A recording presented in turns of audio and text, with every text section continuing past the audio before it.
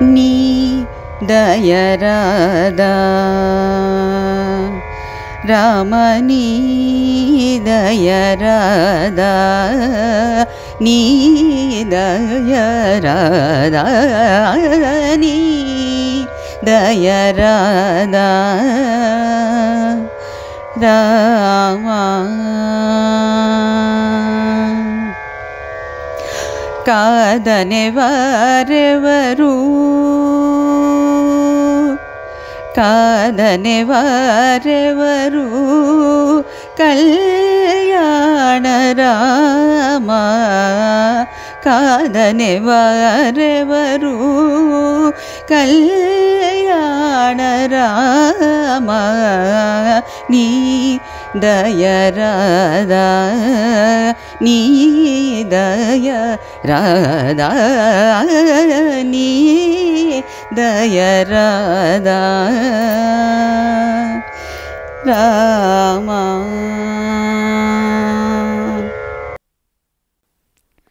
శ్రీ శ్రవణ ఛానల్కి శ్రోతలందరికీ కూడాను మరొకసారి స్వాగతం. ఈరోజు మనం విన్న ఈ రామదాసు కీర్తన సింధు భైరవి రాగంలో కూర్చోబడిందనమాట. అనురాధ ఎంతో చక్కగా పాడి మనకి వినిపించారు ఎప్పట్లాగానే.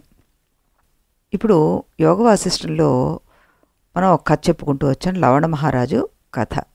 అందులో లవణ మహారాజు గారు ఇంద్రజాలీకుడు చేసినటువంటి మాయలో చిక్కుబడిపోయి తనకి జరిగిందంతా ఏమిటి అన్నది ప్రజలందరికీ కూడాను, అక్కడ సభలో ఉన్న వాళ్ళందరికీ కూడాను వినిపించడం జరిగింది. ఆ తర్వాత అందులోంచి ఆ ఇంద్రజాలీకుడి వల్ల నేను వేరే లోకంలోకి వెళ్ళి మళ్ళీ ఈ లోకంలోకి వచ్చాను, నా భ్రాంతి మత్తు వదిలిపోయి వచ్చాను అంటూ చెప్పారు. ఈ అద్భుతమైన మాయ అంతా ఈ ఇంద్రజాలీకుడి వల్లే జరిగింది, ఇతన్ని సముచితంగా సత్కరించాలి అని మాట్లాడుతూ ఉండగానే ఇంద్రజాలీకుడు అక్కడికక్కడే మాయమైపోయాడు. ఇది చూసి సభికులంతా ఆశ్చర్యంలో మునిగిపోయారు. వాళ్ళలో పెద్దలు మాత్రం, మహారాజా, మామూలు ఐంద్రజాలీకులైతే సన్మానాల కోసం మాయలు చేసి చూపిస్తారు, ఇతను సన్మానం పేరెత్తేసరికి మాయమైపోయాడు కనుక ఇతడు మామూలు ఐంద్రజాలీకుడు కాడేమో అని అనిపిస్తోంది అని అన్నారనమాట. ఆ దైవమాయే మీకు ప్రపంచ తత్వాన్ని బోధించి తలచి ఈ రూపంలో వచ్చిందేమో అన్నారు. మాయ వల్ల ఈ ప్రపంచం అంతా మనోవిలాసమే, మనసు తప్ప మరేమీ లేదు. మనోవిలాస సంసార అన్నది సర్గ 109లో శ్లోకం 25లో చెప్పబడిందనమాట. అది నిజంగా యుక్తమే అనిపిస్తుంది. ఎందుకంటే సర్వశక్తేరనంతస్య విలాసోహి మనోజగత్ అంటూ అదే శ్లోకంలో ఈ అనంత శక్తికి సంపన్నుడైన హిరణ్య గర్భుడి మనస్సే కదా ఈ జగత్తంతా అంటూ చెప్పబడిందనమాట. కాబట్టి రాజా, ఇతడెవరో దివ్యబోధకుడే కానీ మామూలు గారడివాడు కాదనిపిస్తోంది అన్నారు వారు.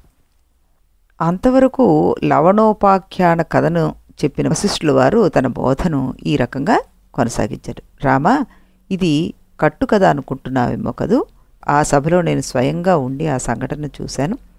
ఆ కథ పూర్తి కాలేదు, ఇంకా చెప్పవలసింది ఇంకా ఉంది. కానీ ఇంతవరకు చెప్పిన కథ ఎందుకు చెప్పానో నీకు అంశాల వారీగా చెప్తాను, ముందు అది విని అంటూ రాముల వారికి మళ్ళీ ఈ జరిగిన కథనే కొన్ని పాయింట్స్ లాగా చెప్పారనమాట. అదేంటంటే, మనస్సును అజ్ఞానం ఆవరిస్తే అప్పుడు ఆ మనస్సు విషయ సుఖాల వెంట పడుతుంది. పూర్వవాసనలకు పరవశమైన మనస్సు భయానికి తావులేని చోట భయాన్ని పుట్టించగలుగుతుంది, భయానికి నిలయమైన చోట ఆనందాన్ని పుట్టించగలుగుతుంది, మెలకువలోనే కళను చూపించగలుగుతుంది.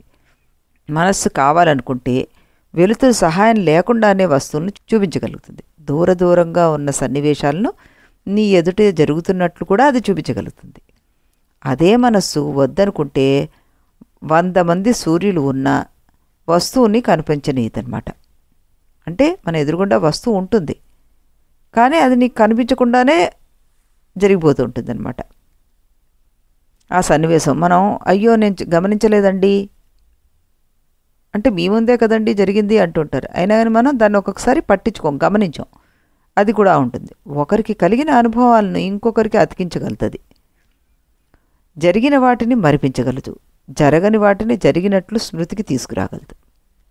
మామూలు దశలో ఇంద్రియాలు మనస్సుకి ఉపకారం చేస్తూ ఉంటాయి. మనస్సు కూడా ఇంద్రియాలకి ఉపకారం చేస్తుంది. కానీ స్వప్నం వచ్చేసరికి ఈ మనస్సు యొక్క స్వతంత్ర శక్తి బయటపడిపోతుంది. కనుక ఇంద్రియాల కన్నా మనస్సే గొప్పది, స్వతంత్రమైంది. ఈ మనస్సు తలుచుకుంటే మెలకువలో ఉండగానే, స్వప్నం లేకుండానే మనకి వింత వింత దృశ్యాలను చూపించేస్తుంటుంది. లవణ మహారాజుకి కలిగిన బోయ జీవిత అనుభవం అంతా ఈ మనస్సు యొక్క శక్తి వల్ల కలిగిందే కదా ఇప్పుడు మనకి. అలాగే ఈ మనస్సే మనకి దేవజన్మలను కూడా ఇవ్వగలదు, నరక జన్మలను కూడా ఇవ్వగలదు. ఆయా జన్మను లేకుండానే వాటి అనుభవాలను కూడా ఇచ్చేస్తుంటుంది ఒక్కొక్కసారి. హరిశ్చంద్ర మహారాజు ఒక్క రాత్రిలో 12 సంవత్సరాలు జీవితం గడిచిందనేశారు. అది మనస్సు మహిమే కదా. ఇంద్రద్యుమ్ను మహారాజుకి ఒక్క నిమిషంలో ఒక యుగం గడిచింది అని అనుభవం కలిగింది. ఇది మనస్సు మహిమే. రామా, మనస్సు మహిమను గురించి ఇంతగా ఎందుకు చెప్తున్నానంటే, మనస్సును ఒకదాన్ని జయిస్తే సమస్త లోకాలను జయించినట్లే అని నిరూపించడానికే. దారాన్ని ఎక్కడ తెంపినా మాలలో పూసలన్నీ రాలిపోతాయి. మనస్సే దారం, ఇంద్రియాలే పూసలు. కనుక రామ తమకు ప్రియమైన వస్తువుల గురించి ఆలోచించడం మానేసి నిశ్చింతగా ఉండడం నేర్చుకుంటే మనస్సును జయించినట్లే. ఇదే మనస్సుకు చేయవలసిన మొదటి చికిత్స. సంకల్పరహిత స్థితి అంటే ఇదే ముక్తికి ముఖ్యోపాయం కూడాను. శుద్ధ చైతన్యానికి మాయతో సంపర్కం కలిగితే అప్పుడు ఒక స్పందం ఏర్పడుతుంది, ఒక కదలిక ఏర్పడుతుంది. ఆ స్పందశక్తే మనస్సు. అందువల్ల చలనం పోతే ఆ మనస్సు పోయినట్లే. మనస్సును మనస్సుతోనే జయించాలి, రాజును రాజే ఓడించాలి, మరో ఉపాయం లేదు. మనస్సును మనస్సుతో జయించడానికి ఓ వరస ఉంది. అదేంటంటే, భోగౌగ వాసనాం వ్యక్త్వా త్యజ త్వం భేద వాసనాం భావాభావో తతః త్యక్త్వా నిర్వికల్ప సుఖీభవః. ఇది మనకి 112వ సర్గలో 23వ శ్లోకం అన్నమాట. ఇందులో ఏం చెప్తున్నారు? మనస్సుతో జయించాలంటే ఒక పద్ధతి ఉంటుంది, ఒక క్రమం ఉంటుంది. అది చెప్తున్నారు. ఎలాగా? మొదట భోగాలు కావాలనుకునే వాసనలన్నీ వదిలిపెట్టాలట. తర్వాత భేదాలని గురించిన వాసనలు వదిలిపెట్టేసుకోవాలట. ఆ తర్వాత మనస్సుతో తెలుసుకోదగిన జ్ఞేయాన్ని వదిలిపెట్టేమన్నారు. ఆ తర్వాత సమస్త వికల్పాలు అంటే ఆలోచనలు అవన్నిటిని వదిలిపెట్టాలి. ఇలా చేస్తే ఇదే మనోనాశనం, ఇదే అవిద్యానాశనం. ఈ ఉపదేశం అంతా విన్న ఈ రాముడు ఒక్క నిమిషం ఆగి ప్రశ్నించారు గురుదేవుల్ని. ఏమని? గురుదేవా, మనోనాశనానికి కృషి చేస్తే అవిద్య నాశనం అదే అయిపోతుందా, లేక అవిద్యానాశనం కోసం వేరే ప్రయత్నం మళ్ళీ చేయాలా? అయితే అప్పుడు ఆయన ఇచ్చిన సమాధానం చూడండి ఎలా ఉందంటే, రామ, 2 ప్రయత్నాలు ఏకకాలంలోనే జరగాలి. ఆత్మసాక్షాత్కారమే అవిద్య నాశనానికి సూటి ఉపాయం. ఇచ్ఛామాత్రం అవిద్యేహ తన్నాశో మోక్ష ఉచ్యతే స చ అసంకల్ప మాత్రేణ సిద్ధో భవతి రాఘవ అన్నారు. రామ, కోరిక అవిద్య, అది పోవడమే మోక్షం. ఆలోచనను పరిత్యజించడమే దానికి మార్గం. ఇది సర్గ 114లో 7వ శ్లోకంలో చెప్పబడిందనమాట. అప్పుడు రాముడు అడిగారు, అవిద్యానాశనానికి ఆత్మసాక్షాత్కారమే సూటిదారి అన్నారు కదా, అయితే ఆత్మస్వరూపం ఎలాంటిది మరి అంటూ గురువుగారిని ప్రశ్నించారు. అప్పుడు వశిష్ఠులు వారు అన్నారు, సర్వవ్యాప్తి అయిన చైతన్యమే ఆత్మ. ఆ సర్వవ్యాపి చైతన్యాన్ని నేను కాదనుకోవడమే బంధం. అంటే ఆ చైతన్యమే నేను అనే భావం లేకపోవడమే బంధం అంటున్నారు. ఆ బ్రహ్మను నేనే అనుకోవడం మోక్షం. ఆ బ్రహ్మ నేను కాకపోతే నేనెవరో నాకు తెలియడం లేదని అనాలి. కానీ అవిద్య మన్ని అలా అన్నీదు. నేను ఈ దేహాన్ని, నేను కష్టసుఖాలు అనుభవించేదాన్ని అని అనిపిస్తుంది. రాత్రిపూట సుదూరాకాశం కనిపించకపోతే కనిపించడం లేదనాలి. నల్లగా ఉందని చెప్పేస్తున్నాం మనం. అది అవిద్య అన్నమాట. ఈ మాట నీకు పూర్వం కూడా నేను చెప్పాను. కనుక ప్రయత్నించి అవిద్యను మనం జయించాలి. వాసనలను పరిత్యజించడమే దీనికి మార్గం. వాసనలంటే ఏమిటి అంటూ మళ్ళీ ప్రశ్న వేశారు రాములు వారు. వశిష్ఠులు వారు అన్నారు, ఆశాపాసాలను పెంచేదే వాసన. రామ, నువ్వు వాసనలు జయించి ఆత్మ విచారణ యందు ఆసక్తి కలిగి ముక్తుడివి కా అన్నారాయన. అప్పుడు రాములు వారు ఏమడిగారంటే, గురుదేవా, నాకు 4 ప్రశ్నలు మిగిలిపోయి ఉన్నాయి. దేహము, ఆత్మ, వీటిలో కర్మఫల భోక్త ఎవరో చెప్పండి. రెండో క్వశ్చన్, మాయ యొక్క స్వరూపాన్ని ఇంకా వివరించి చెప్పాలి మీరు నాకు. మూడో క్వశ్చన్, లవణ చక్రవర్తి ధర్మాత్ముడు కదా, ఆయనకి ఇలాంటి దుఃఖం ఎందుకు కలిగింది? 4ది, ఈ ఐంద్రజాలీకుడు ఏమైపోయాడు అంటూ ప్రశ్న వేశారు. ఈ 4 ప్రశ్నలకి సమాధానం కావాలంటూ ఆయన కోరుకున్నారు. అప్పుడు వశిష్ఠ మహర్షి ఈ విధంగా చెప్తున్నారు, రామ, ముందు కర్మఫల భోక్తం గురించి చెప్తాను నీకు, విను. చిదాకాశంతో విలీనం అయిపోయింది మనస్సే కదా, అది కర్మఫల భోక్త. కర్తృత్వ భోక్తృత్వాలే ఆ మాయ యొక్క స్వరూపం. మాయ గురించి అన్నావు కదా, అది. ఇక నీ 3, 4 ప్రశ్నలకు సమాధానం చెప్పాలంటే ఈ లవణ చరిత్ర కథ ఏదైతే నీకు చెప్తున్నానో దానిది 2వ భాగం కూడా చెప్పాల్సి వస్తుంది అంటూ ఆ కథ కూడా మొదలుపెట్టారు ఆయన. ఈ లవణ చక్రవర్తి మీ వంశానికి చెందినవాడేనయ్యా. అతని తాతగారి పేరు హరిశ్చంద్రుడు. ఆయన చాలా సమర్థుడు. ఆయన రాజసూయ యాగం చేశాడు. ఈ లవణుడు అంత సమర్థుడు కాదు. అయినా తాతగారిలాగానే రాజసూయ యాగం చేయాలనే ఆశ మాత్రం ఉంది. రాజసూయ యాగం అంటే అప్పటికే భూమి మీద ఉన్న రాజులందరినీ జయించి తమకు సామంతులుగా చేసుకున్నాక చేయాల్సిన యాగం. అది తన వల్ల అయ్యే పని కాదు. ఇప్పుడు తానేం చేయాలి, ఎలా చేయాలి అని ఆలోచించి చివరికి మానసిక యాగం చేసినా కూడా అంతటి ఫలితం వస్తుందని తెలుసుకొని దానికి సిద్ధపడ్డాడు.